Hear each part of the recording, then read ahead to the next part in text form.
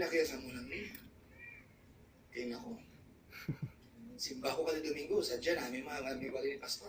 Ay, hallelujah, hallelujah ako, hallelujah, hallelujah. Puli ko.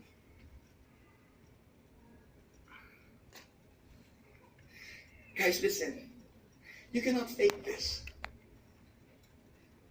Can I say something about discipleship? Some of you are going to get offended. Kung may mga alin sa ibang church today, I apologize in advance. Okay? So, forgive me. Here's my take. Are you ready for this? Mm-hmm. Look, Matthew 28:19, ang naging post ng mga churches, is the Great Commission. It's not. In fact, there are scholars that actually dispute that passage. They believe it does not belong in the original manuscripts. It was later added by the Roman Catholic Church. Do research nyo karon. But I'm not diminishing Matthew 28:19, ha? Believe me. If it's there, I'd rather believe it. So I'm not against it. But the problem is, we took Matthew 28:19, Great Commission, amo lang tani. Go, make disciples, teach all nations, baptizing them in the name of the Father, Son, and Holy Spirit. Amo na kita. Back. This is our church, Matthew 28:19. The Great Commission is not just Matthew 28:19. You have to go to Matthew, Mark, Luke, John, and Acts. The Great Commission, when did the Great Commission happen?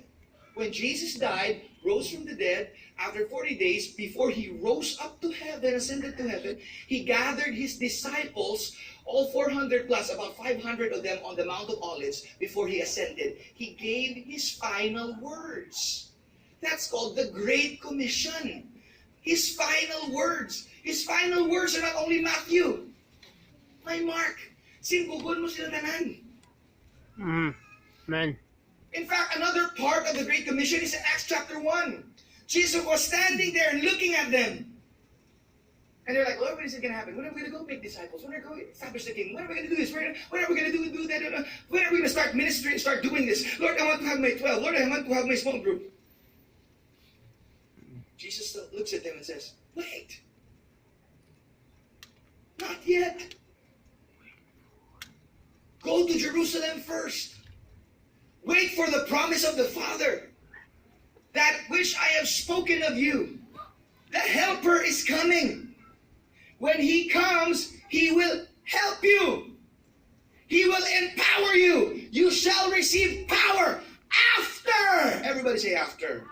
After the Holy Spirit baptizes you.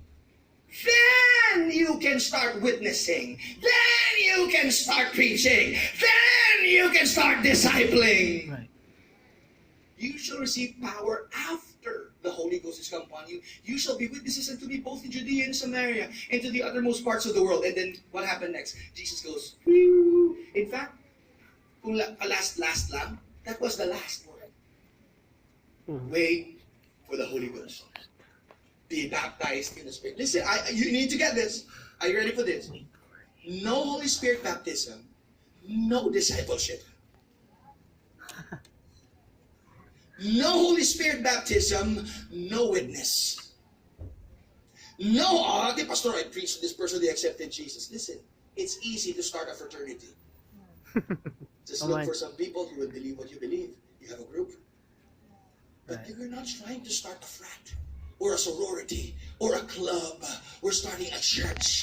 We're starting a kingdom. We're calling out those who will come out of this world and be the carriers of the revelation of God. We're calling out those who are willing to say, I'm going to create another reality within this reality. Am I anti-discipleship? I am pro-discipleship. But we cannot disciple by reading a book. We cannot disciple by following a pattern. We cannot be discipling by just saying, read this book and